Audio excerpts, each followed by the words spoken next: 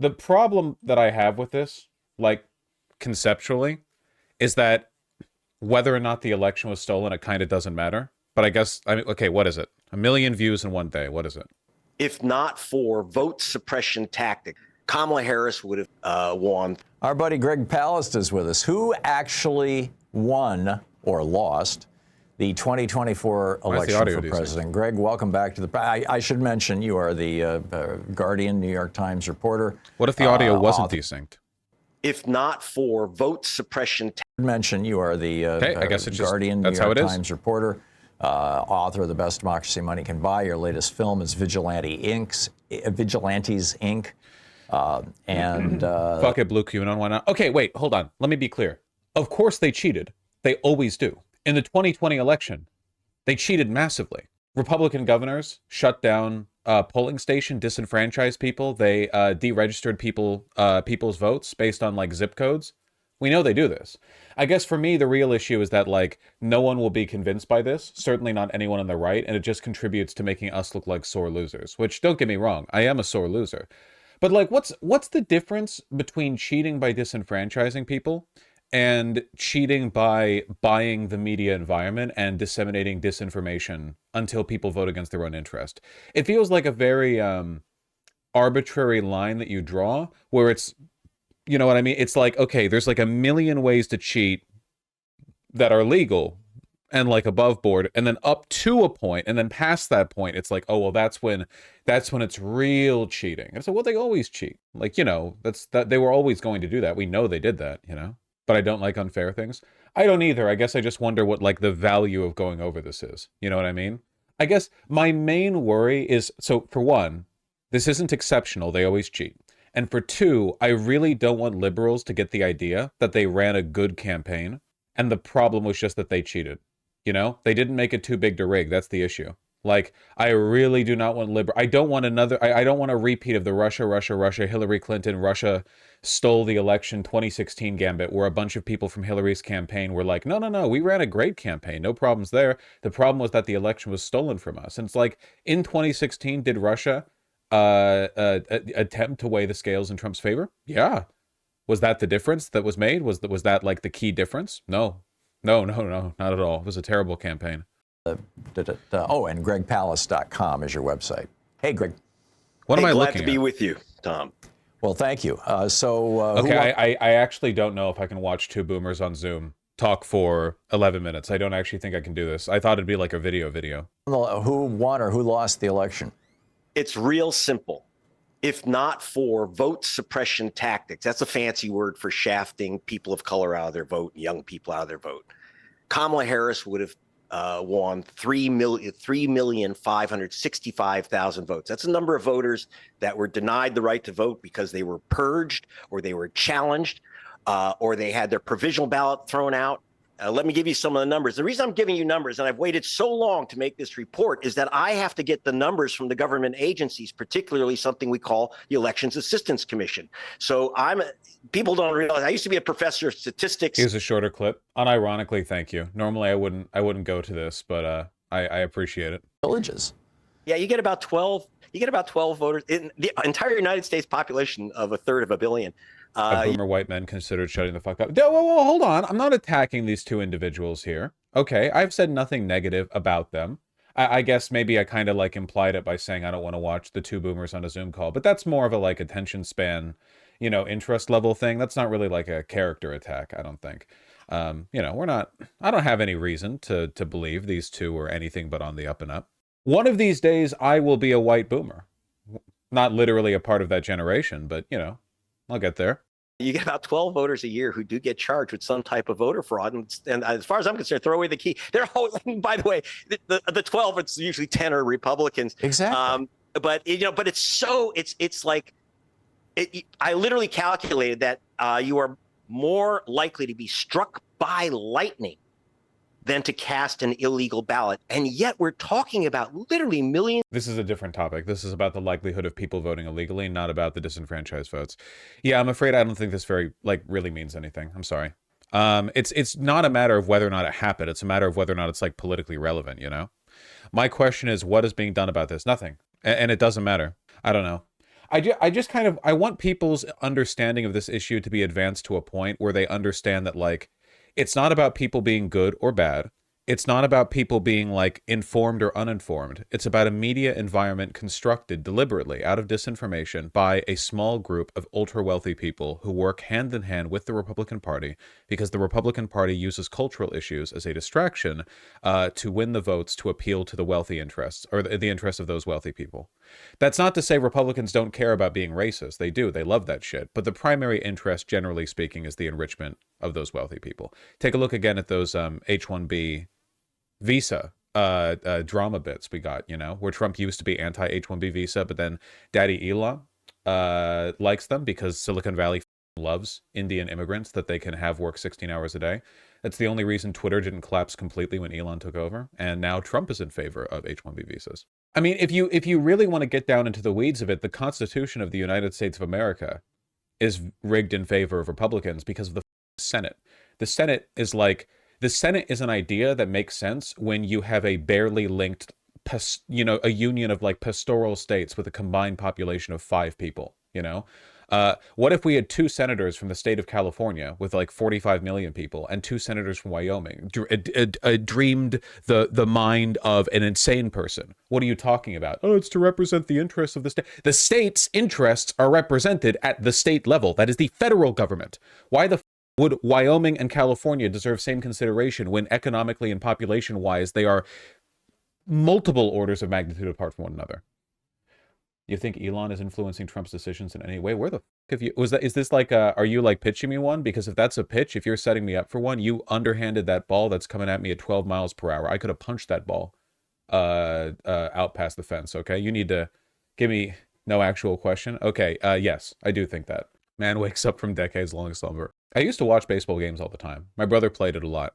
You know, he was actually on the same team as Letterman's grandson. So my folks would see him sometimes. I'd go to the Dodgers games all the time. Not all the time, but pretty often. Wasn't too bad. Got sunburnt a few times. Baseball seems especially boring. Yeah. Yeah. They didn't have smartphones back then either, some of those games. That's why I have a better attention span than half of you, okay?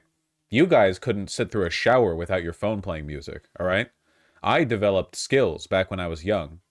Skills that have allowed me to move through life with a bit more confidence than some of you, I think. Anyway, do you understand the point that I'm making about this? It's not that I don't think that they cheated.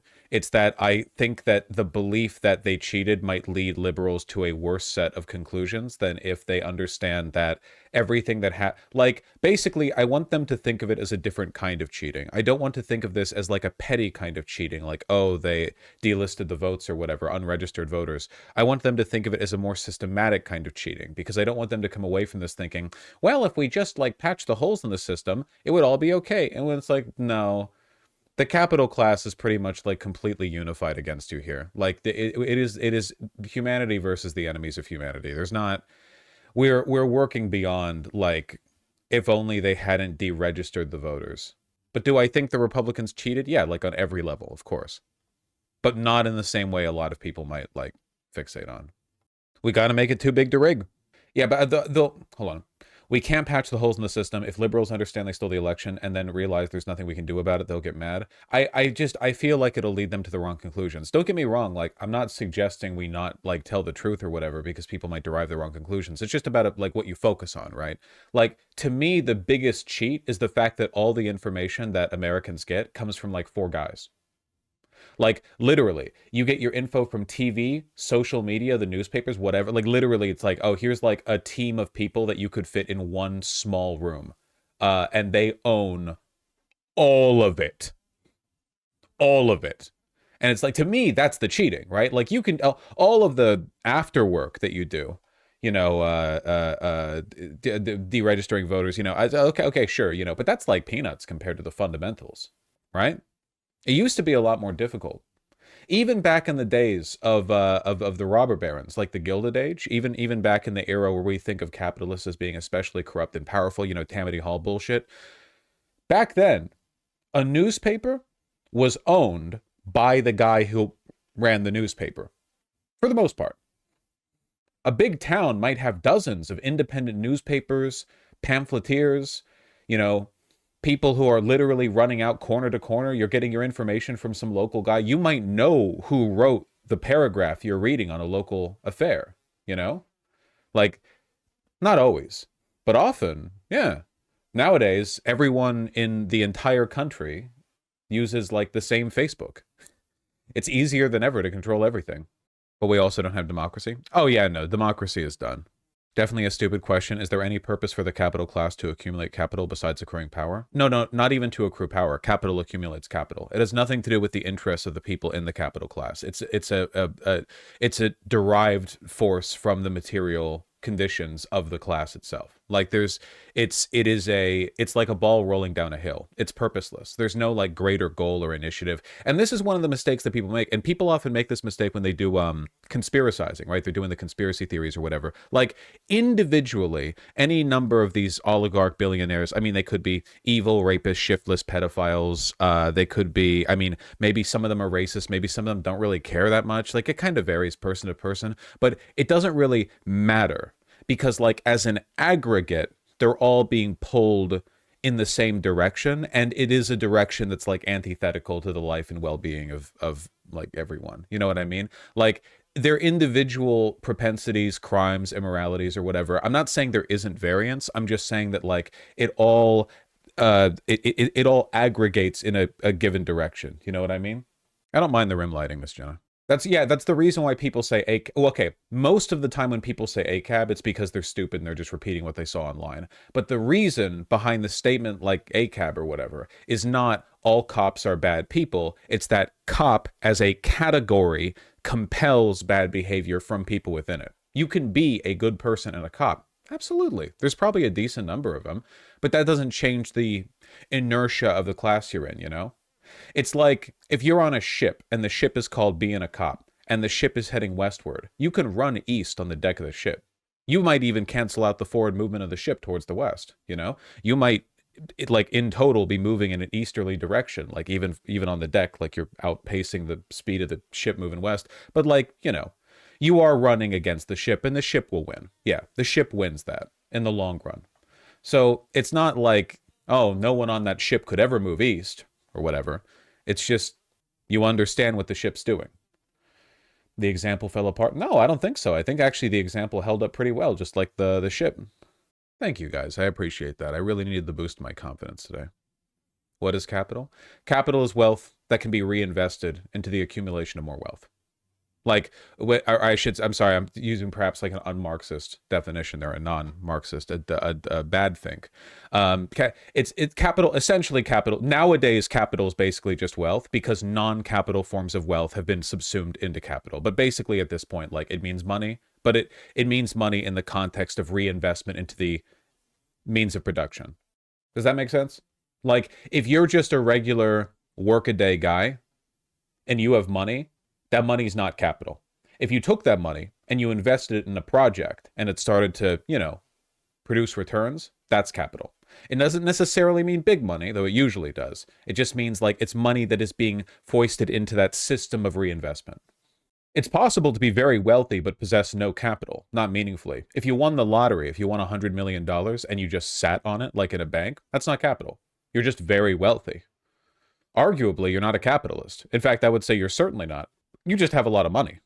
Am I a capitalist for having a 401k? Most everyone has some investments, which is why the delineation of being a proletariat versus bourgeoisie as whether or not you own any capital or any investment is kind of stupid.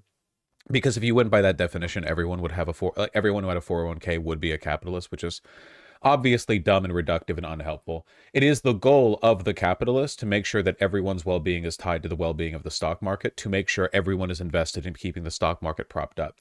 Now that everyone's like, since 401ks rely on the stock market doing well, now it's like, oh, see, even the common working man depends on the NASDAQ going up or whatever. And it's like, yeah, it's a sick joke. A car don't count, right? Not like if a car, you're using it like personally. If I spend $50 getting some art prints, you know what? I say don't worry about it too much. How about that? That's my take on it, okay? How about we not worry about it too much?